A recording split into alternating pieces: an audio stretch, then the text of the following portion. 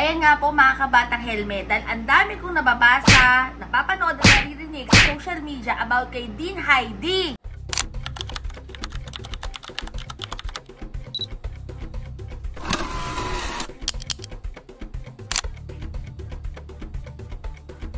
Alam mo na ba yan, Bicho Kapar? Oo naman. In-interview po si Dean Heidi Mendoza ni Mr. Christian Esguerra. Diba sa Fact First? Diba? Eh, ito nga mga bata helmet, ang daming mga emosyon. And, nga pala, paano ko pala nakilala si Dean Heidi? Saray ko si Batang Helmet, maraming followers to. Pag nag-collab po, pag nag-collab ako na bahala sa mga. Okay na. Willing na daw siya mag-TikTok eh. Ay, sige po. Nilaunch po yung Lundag Silakbo ng Build Pilipinas. Ito yung grupo na nagpa-fight ng disinformation, misinformation, malinformation.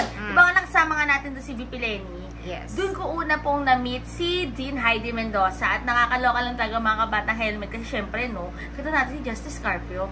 Nung first meet up namin ni Dean Heidi, syempre kwento-kwentuhan, iba talaga, mararamdaman mo na isa siyang guro, isa siyang profesora.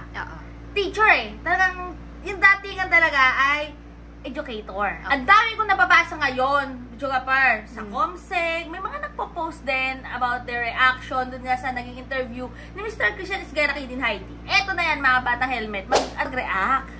Siyempre, ako rin naman, di ba, nag-observe din ako, ano ba yung opinion ko, yung point of view natin about dun sa pag-endorso ni VP Lenny. Di ba? Sa una pa lang talaga mga bata helmet, ang talagang ini-endorso ni VP Lenny, Kiko Bam. Diba? At eto, yung pagtakbo ni Dean Heidi, marami rin nagulat. Kahit ako nagulat.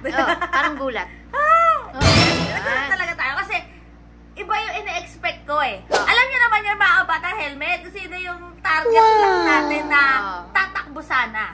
Pero nagulat talaga ako nung si Dean Heidi pala yung tatakbo. Pero, hindi na ako nadismaya, Bicho Kapar eh.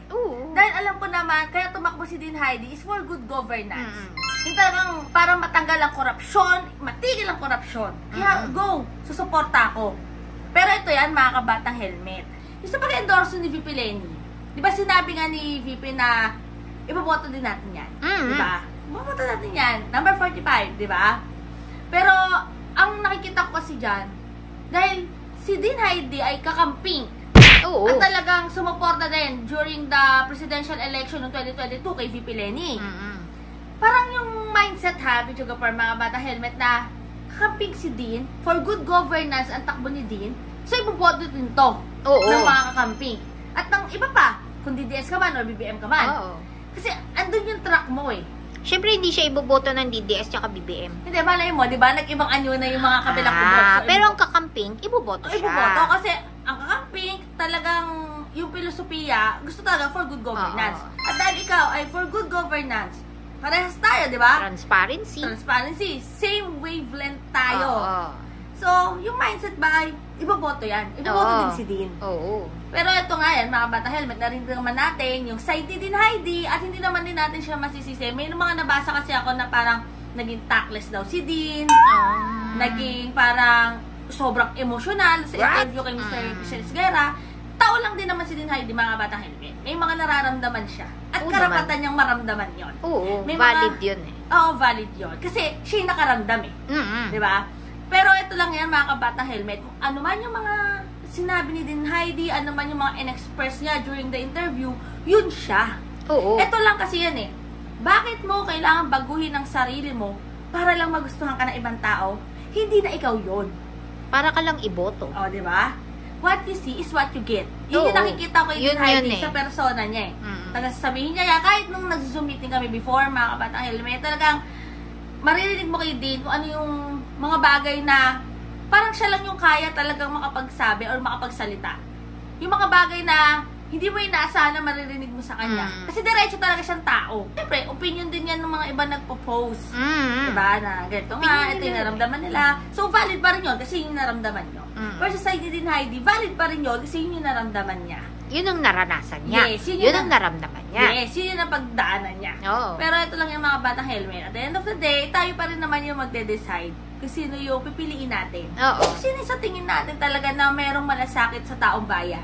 Diba? Oo. Di ka gaya ng iba dyan na, Diyos ko, may pinangako about sa kuryente. What? O, di pwede na ibigay sa kanya. Oh, di ba pwede tayo hindi magbayad? Kasi daw, pag below 2,000, sagot na niya. What? Ay, bayad, ay, diba? wow. Ibalik daw. Teka nga, asan may resibo? Pero, ayan nga mga kabatang helmet, syempre, kung ano man mangyayari sa 2028, ipagdasal na lang natin yan. Kung ano man yung maging desisyon ni Dean Heidi, kung tatakbo ba siya or hindi na siya tatakbo, pagdasal pa rin natin yan kasi hindi natin alam kung ano yung mangyayari bukas at susunod pa.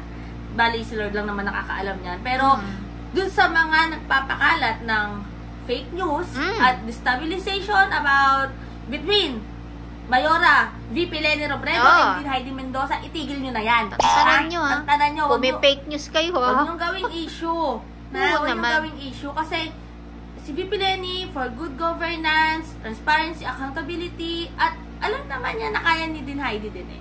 Oo. Alam niyo mga bata helmet, kitang-kita naman yan sa mga boto na natanggap ni Dean Heidi. Naungusan pa si... Bigyan ng jacket yan! Diba? Naungusan pa niya si Kuya Will. Oo.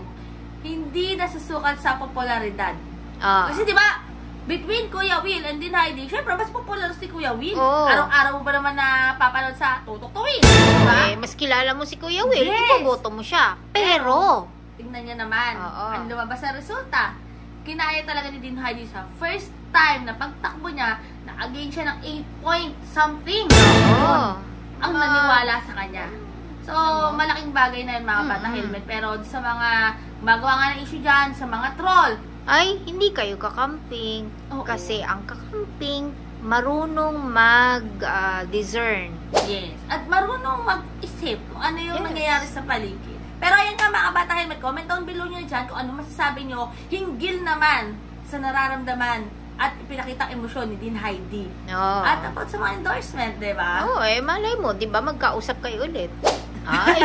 Sa araw kausap kami mo. Looking forward sa interview ulit. Palagi kong pinagdadasal yan si Dean Heidi Mendoza. Kung saan man siya dadalhin ni Lord na posisyon, grupo, asosasyon, kung ano man yung mission niya, si Lord naman talaga ang kaakibat at kasama niya dyan. Basta kung gusto mong video ito, huwag lang subscribe at click ang notification bell para lagi updated sa lahat na may na-upload ko namin ni Bicho Gapper. Basta hindi siya corrupt. Yun lang yun. Yun ang pinaka-importante. Hindi siya corrupt. At talagang yung prinsipyo niya, yun na yun eh.